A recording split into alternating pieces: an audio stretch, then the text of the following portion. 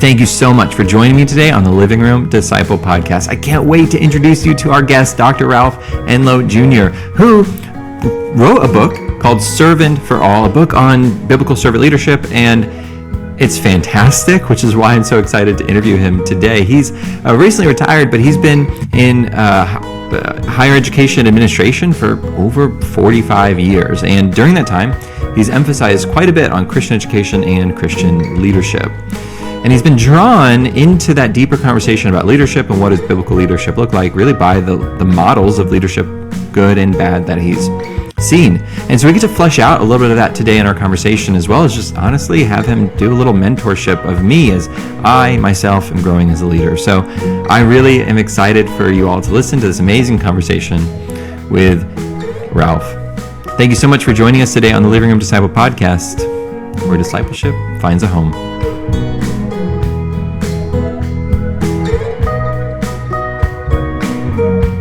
Ralph, thank you so much for joining me on the podcast today.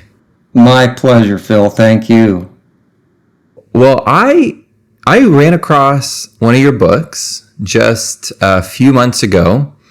I soaked it right up, and I mentioned it earlier here on the podcast in the introduction, but I'll say it again. It's called Servant of All, and I've learned something in my wide reading. Usually when a book's on the smaller side, it's on the more powerful side. I've just noticed that. And so I guess I want to go ahead and before we get into the book and before we get into this idea of servant for all, tell us a little bit about your history in academia and what brought you to studying leadership. I joke sometimes that to borrow a phrase from Bill Bright and the Four Spiritual Laws, my most significant model and mentor as an educational leader was a man by the name of Robertson McQuilkin. He was president of the institution where I served, Columbia International University. And I joke that Robertson loved me and had a wonderful plan for my life. I've known a few people like that. Yeah. He saw me as a student. When I finished graduate school, he grabbed me and asked me to come to work with him. And 30 years later, I was still there at the same institution, although he had retired sometime previously. But that really launched my career in Christian higher education. That was not the direction I necessarily was thinking about. But it turns out that was the calling that the Lord gave to me. And it's been a very fulfilling calling. So I've served a lot in administration more than teaching. I've always taught some, but I've been a chief academic officer, and then the latter part of my career, I led an association of Christian colleges that specialize in ministerial and professional leadership education. Leading people who are teaching biblical leadership. Yeah. Is that kind of like being a doctor to doctors where they're the worst patients? You know what I mean? Like, maybe. Yeah. Maybe. I guess it's pretty thrilling to be a multiplier and to be an encourager. I think I love to be an encourager, and that's one of the things that the Lord's called me to, I think, and so it's been good, very fulfilling. So you're in academia and you're taking a lot of these administrative roles, and you know your book's on leadership. So at some point in time, you really become focused on this idea of leadership, on seeing other people who are leading. So tell me a little bit about maybe, and you talk about this in your book a little bit. Tell me a little bit about some of the positive and negative examples of leadership that you experienced in your professional life and your ministerial life, and that type of thing. Yeah, I think. Well, certainly on the negative side, there's a lot of heartbreak with moral failures and things like that they seem to have proliferated in recent years, but I'm not sure that's really true. At least they're coming to the surface in a way they didn't used to. I think maybe that's the case, Phil. Yeah. Positively, beginning with my grandfather, who was a godly minister and a leader, district superintendent in the church that we were part of. And then my parents, of course, have a lot of godly models there, people that love the Lord passionately, that walk the way of holiness, and so on. And then as I got older, again, I mentioned earlier Robertson McQuilkin and his influence on my life as a servant leader. One of the most brilliant people I've ever known, but unassuming and the opposite of self-aggrandizing. Yeah. And so I had many, many blessed examples of that over the years in all different spheres, certainly in Christian higher education, but also in missionary endeavor, church work, and so on. Yeah. Well, tell me a little bit. I don't think I intended to go here, but I think this is really important. You made a passing reference to having served under leaders with moral failures. Yeah. And, we don't need to go into any of the details of anybody else's story. I don't think that's helpful. But I know a lot of our listeners are going to be nodding their heads. They resonated, right? Unfortunately, many of us have served. We've just been a petitioner at a church, or we're just attending someplace, whatever it is. You have someone you look up to, someone who's on a stage, someone who has the corner office, someone who should be more like Christ than anyone else in the building. It would seem, and that's another conversation. But that's the impression we get. And then there's some adultery, or their embezzlement, or whatever the flavor of the day is, it feels like. Mm-hmm. That's obviously the catalyst for a lot of people to leave ministry, to stop serving in ministry, to leave a church. How does a Christian, a disciple of Jesus, and maybe a leader, process through the moral failures of someone they looked up to? I know it's like a huge question, and we could do a whole podcast on that, but I guess there's just something in me that wants to know, based on the experiences you've had, how have you stayed in ministry this whole time? Well, three things to say, three observations I would make. One, I think the moral failures are of two kinds. There are some that are pretty spectacular. That is, there's something that's exposed that was hidden, or there's a major fall, if you will. Sure. But the second kind is there's an awful lot of what Jerry Bridges called in his book respectable sins that can be very characteristic of leaders. That is very interesting name. I need to know more. What's a respectable sin? Well, he wrote a book about respectable sins, and so things like arrogance and pride and gossip and all these kinds of things that we think of. They're not icky. But they are deeply unbecoming of the Lord, and so on. And frankly, there's an awful lot of Christian leaders for whom people make excuses. Yeah. Frankly, some Christian leaders are insufferable. Yeah. And they're extremely autocratic and condescending and spiteful and vindictive and all the things that I think there's a lot of a tendency to say, well, he's a great leader, but and then insert some phrase that inherently makes him not a great leader. Yeah, exactly. That really diminishes. Yeah. Here's the third thing. First of all, it's the older I get, the more shocking it is to see how much there is in me that's grievous to the Lord. So it's and that leads to the other corollary, and that is, isn't it amazing that the Lord chooses to use any of us? We're so broken and flawed. So I don't think the leaders the Lord uses, well, first of all, the Lord uses all kinds of people. That doesn't excuse their behavior. He does it in spite of us. But also it's a call for us to not justify things that are not worthy of him, to continue to be on the quest to grieve about our sin and to ask the Lord to help us to be models that are worthy of Him. Mm-hmm. Greatest leader of all is God Himself, right? As modeled in the Lord Jesus Christ. So what I'm hearing, to some extent, and this is actually what's helped me as well, but I like the way you're wording it. There's almost this level of just remembering your own. There's a level, at least for me, when I've experienced situations like that, where I acknowledge two things to be true. One is that what was done was terrible, and it shouldn't have been done.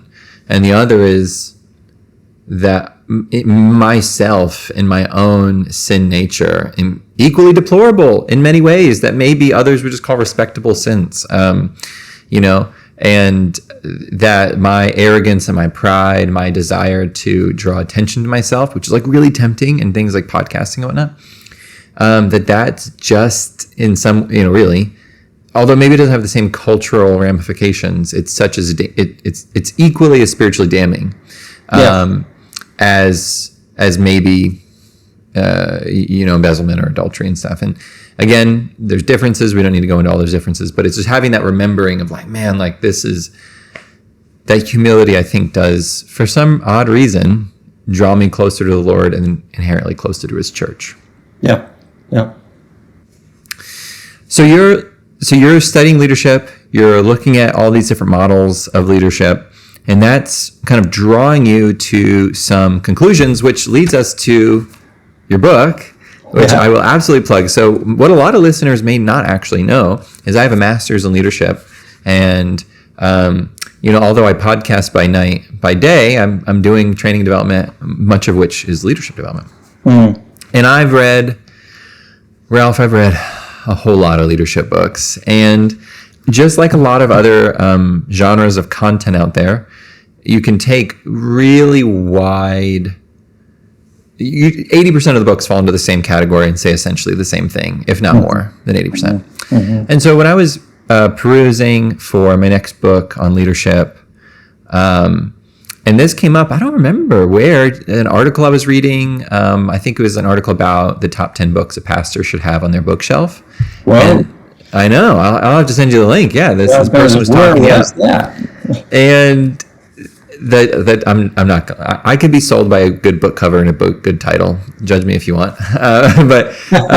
So I read Servant of All, and there's this. For those of you who are watching on YouTube, you can see this pretty amazing graphic for the book title or the book cover. And I remember looking at that. And already knowing the book was going to be on servant leadership, and it's one of the topics that I've written about. And generally, when I write about servant leadership, my emphasis tends to be that what we're calling servant leadership today is not servant leadership. That is this term it's in vogue. Scroll LinkedIn for 5 minutes, you'll see 18 posts on what servant leadership is, except it never really defines servant leadership. And it kind of just hijacks the term for whatever that particular author. So I really enjoyed reading through your book on your take. And so I'll just kind of ask for our listeners, go ahead and hit some of the high points. Like when you look at good leadership, when you think of the leadership of Christ, what are some of the things that you really take away as what defines genuinely biblical servant leadership? Yeah. Well, first of all, to say that the Bible is sort of ambivalent, or you might say paradoxical about leadership. Yes. On the one hand, leadership's everywhere in the Bible. My friend On the other Steve hand, Moore, it's never there. My friend Steve Moore, did a catalog. He spent 5 years cataloging every leadership conversation he could identify in the Bible where there was a leader and a follower and a situation. And you might be shocked to find out that he cataloged 1,090. Wow. Okay. That's more than I expected. It's pervasive. It's more than I expected. Yeah. So the Bible has a lot to say about leaders and leadership and so on. The other thing, though, is that the vocabulary in the Bible is radically different from worldly vocabulary. And the word clusters that the Bible uses about leadership are basically two: servant and shepherd. It uses the word servant in two ways. One, in a way that we might better understand as steward. That is, a person who is the servant of the Lord, therefore responsible to the Lord, accountable to the Lord. Sure. So it has to do with accountability. And then the other is in the case here in that I emphasize in the book, and that is the subordination, the subordinate position of the leader relative to the people they serve. And so Jesus says, you define greatness as top down. I define greatness as underneath, bottom up. That's the nature of leadership that Jesus is calling us to. That I'm in agreement. I think a lot of people would nod their heads at first. I think where I see in our culture, and I'll emphasize in our Christian organizations, is that taking actionable steps to make that subordination a reality becomes, I don't think it's complicated, but it becomes difficult. There's a lot of simple things that are difficult. But one of the ones that stands out to me and that I've thought about a lot, and so I have opinions, Ralph, that I need someone wiser to help me curate. So I'm going to put out thoughts that I've been thinking about for some time. Then there you go. Yeah, right. I have some things I'm thinking about, so you tell me your thoughts. So one of the examples, though, of where I wonder is when we look at a church organization or college or Christian ministry. I think a lot of leaders at the very top would say that they either want to be or identify as being servant leadership, servant leaders. But then when you look at who has authority in the organization, then when you look at how pay is distributed to the organization, then you get where I'm going with this? Yeah. It doesn't seem that the job descriptions, to use like a very American idea, and the pay scales are aligning with this idea. If Christ himself was to be incarnate here in 2023 America, and he was to be, a CEO of some large Christian organization, would he be the highest paid employee or the lowest paid employee? You hear where I'm going with this? So help me kind of like as a younger man who's studying leadership and is leading my own, small kind of thing here at the Living Room Disciple. How do we take these ideas of biblical leadership and allow them to intersect with the culture they need to operate in today? I think you just put your finger on the issue, and that is we operate within the framework of a culture that has certain apparati and certain reward structures and things like that. I'm not sure that we can easily dismiss all that, and I, having said that, I do think the Lord calls us to be radical.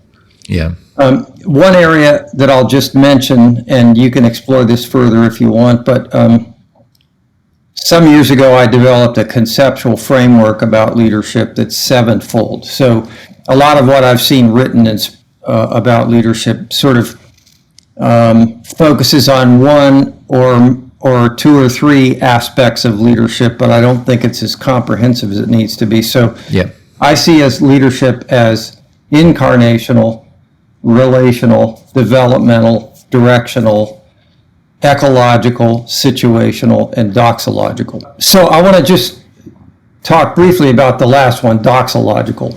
Okay. And how I would say that is that for a godly person, for a person who's a Christ follower, then leadership should be primarily characterized by leading toward people toward God and with God. Yeah. And one measure of that is the way we use power, the way we handle power. If you are a good leader, if you're a gifted leader, if you're a recognized leader, if you're a structurally positioned leader, power is going to accrue to you. I promise you, it will accrue to you. And the better you lead, the more power accrues to you. So I think the godly response to that is to do what God does with his power. He does two things with his power primarily. he distributes it and he serves with it. When you think about the omnipotent God and you realize what the pattern of his power use is, he gives it away and he serves with it. To me, that takes us a long way toward the kind of disposition the Lord means by servant leadership. There is no time in the Bible that I can think of that God uses his power in a way that benefits himself at all. Right. Even like the creation story, he's creating for the flourishing of humankind. It's self-expressive, but it's not self-referencing. It's not intended to be primarily serving himself. Yeah, that's right. Okay, but let's just say I imagine like a head pastor is going to listen to this and say, yeah, but I'm doing that.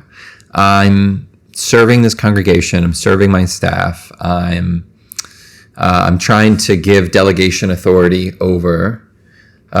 What are some practical ways that I could go above and beyond?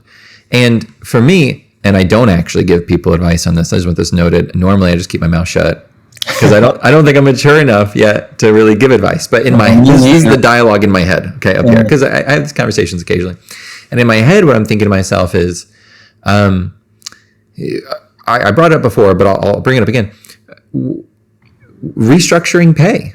I do think that the way where we put our money is very indicative of our value system. It's very indicative of what we believe. It's a very theological act to invest finances, your personal finances, into something. It's living out your theology in a very real way. But I actually know for a fact that to say something like that, to tell a pastor, well, what if you took a pay cut and gave your janitor more money, right? Like, what if your custodian made more money than you? There'd be a whole lot of arguments against that, and arguments I could really sympathize with. One of them, being some indication of you're looking at a socialized system that, emphasizes a different value system. Long story short, is that even a good idea? Like, would I be in biblical wisdom, Ralph, to give someone that type of advice? And if I did, how would you confront some of the difficult objections they might have to that? Well, again, apart from a sort of a radical missionary kind of an organizational structure, when I first went to Columbia Bible College, when I first went to work there, their pay structure was like a missionary pay structure based on family size. It had nothing to do with rank or status or whatever. I don't think a lot of people have ever heard that before. So can you just explain that really quick? I don't think a lot of people have been exposed to that. The director of the physical plant had 6 kids. He got paid more than the president. All right. So based on how many mouths you have to feed at home. Yeah. It was totally. I got 4 kids. I could get down with this, Ralph. Yeah. Which a lot of we could really get into some bad stuff, thinking about why the missionaries have 4 kids. Because that's when your pay stops. When you get 4, they don't start paying you anymore. Oh, it like caps out. That's a really cynical way to say it, but and I understand that I'm joking a little bit, but yeah, let's put it this way: there are incentives in every system. Yes, which I think is a big part of the problem. But continue on. Yeah. Continue on. Well, and so I think you can at least fight against what has become in our culture an egregious level of runaway executive compensation. Yeah. And you can say, look, somewhere this has to stop. We got to stop this. I insist that this can't go there. So one way you can do it is say, we're going to limit the multiples of pay among our full-time employees. We're going to flatten the pay scale. Mm-hmm. If we don't completely abandon, go to a needs-based or family-size-based system, the degree of multiples between the lowest level of the salary scale and the highest level is not going to be 20 or 10. It might be 3 or 4. Based on breadth of responsibility, the credentials that are required and everything, you can flatten it without completely blowing it up. So that's just one thought. And again, I think power and resources are going to accrue to leaders. So if you don't be deliberate about pushing those away, they will accrue to you without you asking for it. So as a leader is accruing this power, and this is happening a lot in churches right now. Most communities tend to have a few churches that tend to be the ones currently kind of like gathering congregants, just because of lots of different reasons culturally, but we all tend to kind of move in a similar direction, right? So whatever is the cool new kid on the block. We hate to put it that way, but most of our church it's internal church transition versus new converts. Yeah. So, some pastor finds themselves with an ever-growing congregation, more tithes coming in, more people wanting to know their opinion, more invitations to the community events, more conversations with the local mayor or whatever. They're acquiring this power. And let's just say hypothetically they work out the pay system in a way that's really godly, whatever they feel led to, whether it's like leveling it or missionary-based pay or needs-based pay or something like that. They feel like they've, to the best of their human ability on earth, have removed that as a primary factor hindering service leadership. What are some other areas that tend to trip people up in our culture of ministry here in the United States outside of pay? Yeah. Well, privilege isn't, pay is, just raw compensation is one thing, but privilege, it goes, frankly, the most trivial level is, reserved parking lots or various other forms of self-aggrandizement. I don't judge anybody who people are going to give you privileges and they're going to be justified. Yeah. But if you start submitting to that regime, it's going to be awful hard for you not to just keep justifying and justifying and justifying. Are you talking about things like someone says, "Hey, pastor, I've got this boat. I wanted to see if you wanted to take it out on the weekend." Like, are you talking about that, or what do you? Give me a concrete example. Internal privileges. Again, to what extent? Who has the choicest office? The pastor or the person whose role requires it?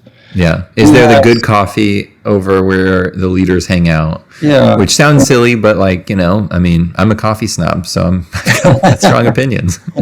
Yeah. So you can justify everything. And again, I don't judge the motives of everybody. I would just say the cumulative effect of privilege is the same thing as the cumulative effect of pay, in terms of the way what it does to us and what it conveys to other people. So as a leader, you've got to understand that all that stuff accrues to you, and if you don't take active measures to push it away, you could easily find yourself feeling entitled. And I actually think that's where I notice the biggest difference between, I think, what the world consistently talks about with servant leadership. So, and what I think biblical servant leadership is. So oftentimes the world talks about servant leadership, and I think this is true. I just don't think it's the whole story. And it's advocating for your employees and your employees' needs. It's pushing authority down through the organization, giving decision-making ability to individuals who are lower on the organizational hierarchy. And I think those are two elements of it. But honestly, they're elements that you can do without any heart change at all. So you can honestly, I'm a natural delegator, Ralph. If someone, I'm not going to micromanage because I'm too lazy. Like I just trust you to do it in part because I just don't want to do it. And so decision-making, pushing down, that's easy for me. And then things like advocating for employees, I've advocated for others and oftentimes walked out patting myself on the back because I'm just such a good guy. And so I'm really just creating more of a pride issue in my own soul as I do this very thing that I'm saying I'm doing because of Jesus. So, but it's this, but what I don't see is the conversation around servant leadership is in part the consistent ongoing denial of compensation, privileges, benefits, that goes without anyone knowing. That's done in secret, right? The secret, like, I'm not going to take that. I don't need that. I'm going to say no to that. And just that consistent habit of pushing away benefit after benefit after benefit.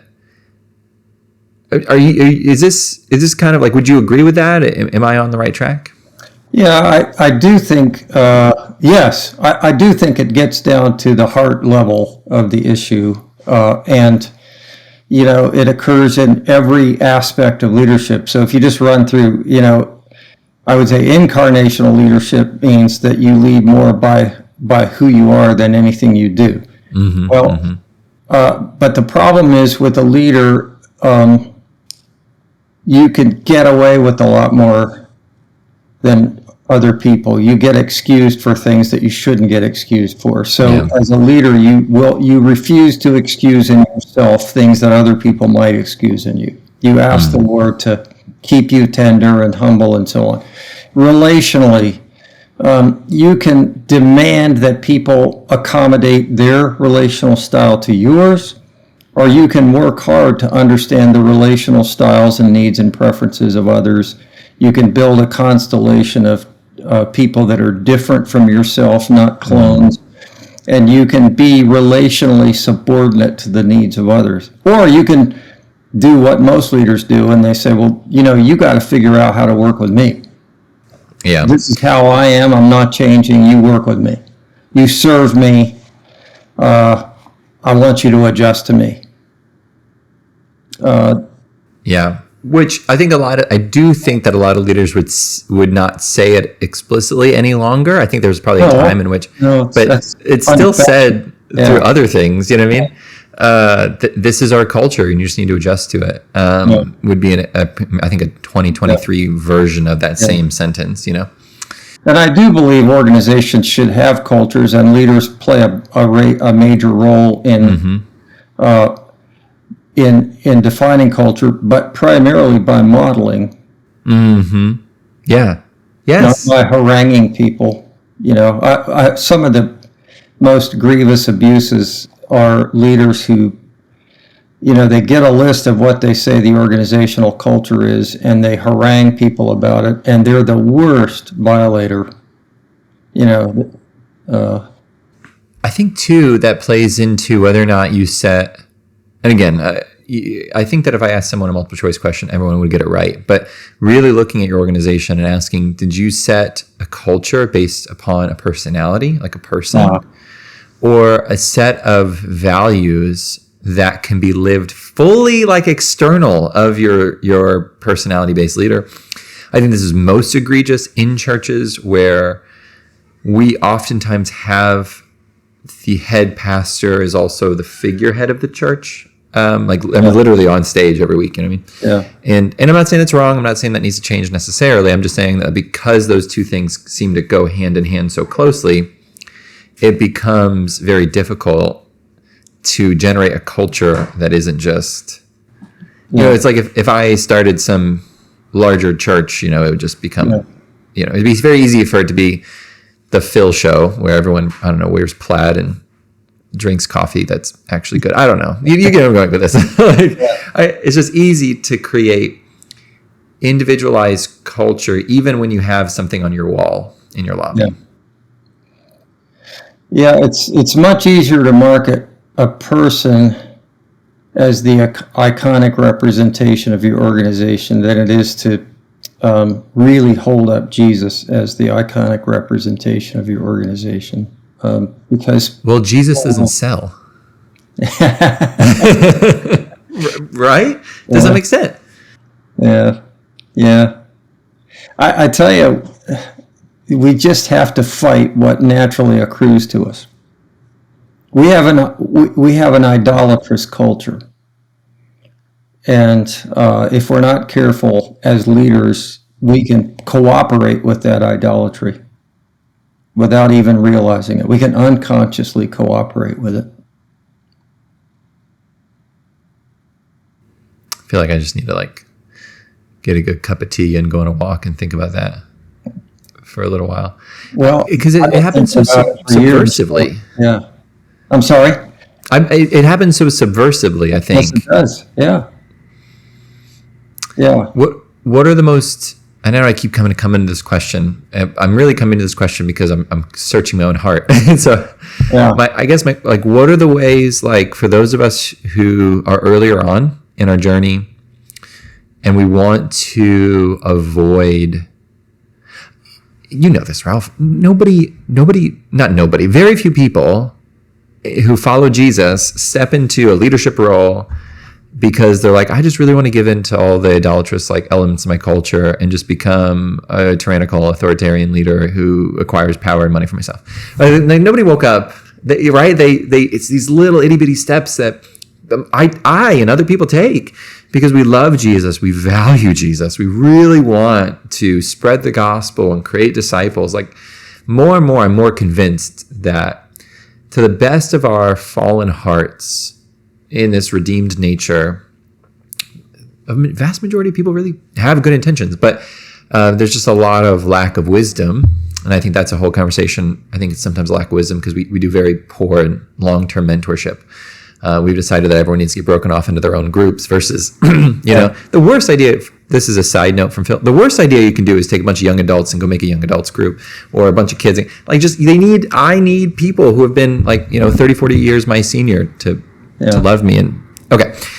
Well, Ralph, do that for me, please. What are some of the pitfalls that I should be looking for? Here I am, my early 30s, stepping into leadership roles, mentoring people, discipling people. What are some of the things I need to be searching for in my own life and to weed out? Well, let me look at it another way. One thing that you need to do is cultivate aggressively the people or persons that will tell you the truth about yourself. It's easy to isolate yourself from people who won't be truthful to you. You need people that will hold up the mirror and show you what you're really like. There's a lot written in leadership literature about self-awareness. I think self-awareness comes by other people holding up a mirror to you, not by you sitting over in a corner contemplating. So I think that's a core discipline. And then again, I just can't say enough about the intentionality of distributing authority and responsibility. It's easy to distribute responsibility. We call that delegation. But most people don't delegate much authority. It feels good to retain it because then you can control and you can have this subtle way of letting people know that you really are superior to them. Yeah. So if you can work on those two things, again, I think there's periodic self-inventories, prayer days, and things like that, where you just lay yourself before the Lord. Most of us get placed in leadership because we're gifted, and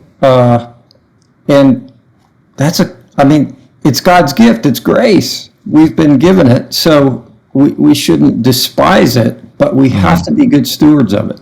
And part of good stewardship of it is not to let our giftedness deceive us into thinking that that's our virtue.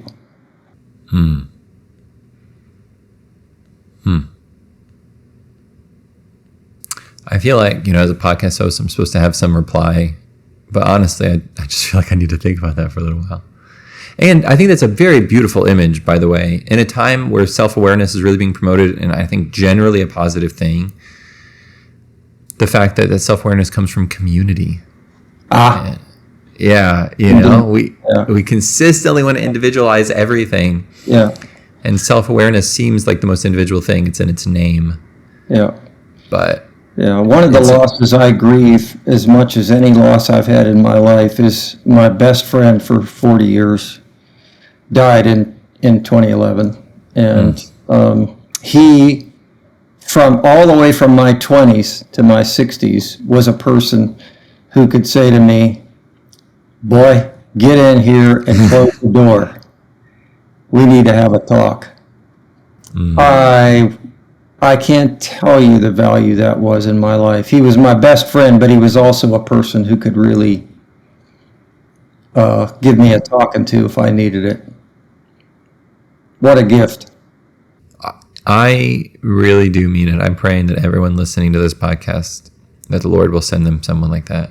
Yeah. I'm thinking of a few people like that in my own life who, it's so funny. Most of my, not all, but many of my most beautiful moments of growth in the kingdom of God come from someone being so frustrated with me that they're essentially, kind yelling at me. Like, they're not really yelling, but like they're essentially, they're trying to like get this through your skull, Phil, and by God's grace, the higher you go in leadership, the fewer people will talk to you like that. What a shame. Yeah, should be the opposite, shouldn't it? Yes, because oh my God, because you're going to be, in some ways, you're going to be held to a higher level of account. Yeah. And so I want more people in the body of Christ coming around me and keeping me holy and accountable and pure to the best of our ability, right? Because if I'm going to stand before, I think, Ralph, tell me if you think I'm wrong. I think a big part of our lack of radical leadership and other things, but we're focused on leadership now, is I don't know if we genuinely, at our deepest core levels, believe that we will stand before God. That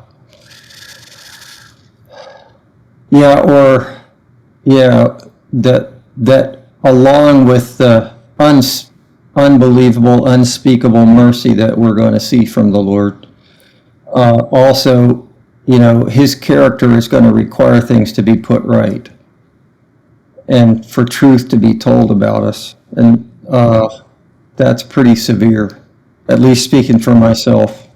Yikes. Me too. I have no idea what it's going to look like on that day when all the things that were said in the dark, come to the light. I have no idea what that's going to look like. And I'm confident in the grace and mercy that God has prepared. But yeah, I'm only 32 and I have so many things, Ralph, that I already know, I'm going to be so ashamed when they come to light, and just the repented sins and a lot of things from my younger years and all the things, but my own thoughts are oftentimes the very things that are most evil. And God help us. And I wish I could tell you that it gets better. It does, right, Ralph? Yeah.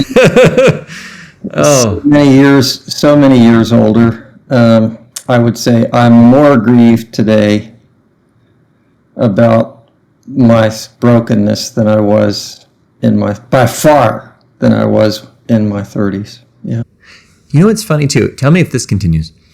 The older I'm getting, I think objectively, at least my wife, who I trust her opinion and she's very close to me, my wife tells me that I'm living holier. You know what I mean? Like my life is just generally more pure and yet I feel I'm more cognizant, I'm more conscious of not only my sins, but the depth of the cost of the cross. Ralph, I know we have to wrap up here. I just want to say one more time, I don't think I actually said it explicitly, but I'll just say it to you and all of our listeners. Servant of All really was a blessing to me. I don't remember who the blogger was, but whoever said that it's one of the books that needs to be on a pastor's bookshelf, I agree. I very much. It is a book that it's a beautifully small book, and I really mean that as such a compliment because I just feel like some of the best books. A.W. Tozer wrote a lot of just these little books that they don't need fluff; they need truth. And what an amazing book that is just steeped in scripture and just really brought me closer to Christ, even as I was learning about leadership. And I'm so grateful that you took the time to talk with me today. And I'm praying continued blessings over you. And I'm really grateful for the service that you've done to the church in many different ways, but specifically for me, talking to me today and writing this book. So for all of you listening, check out Servant of All by Dr. Ralph E. Enlow Jr. And I can't recommend the read enough. Thank you so much for joining me and Ralph on today's conversation on the Living Room Disciple podcast. I'm praying that it was a huge blessing for you as it was for me.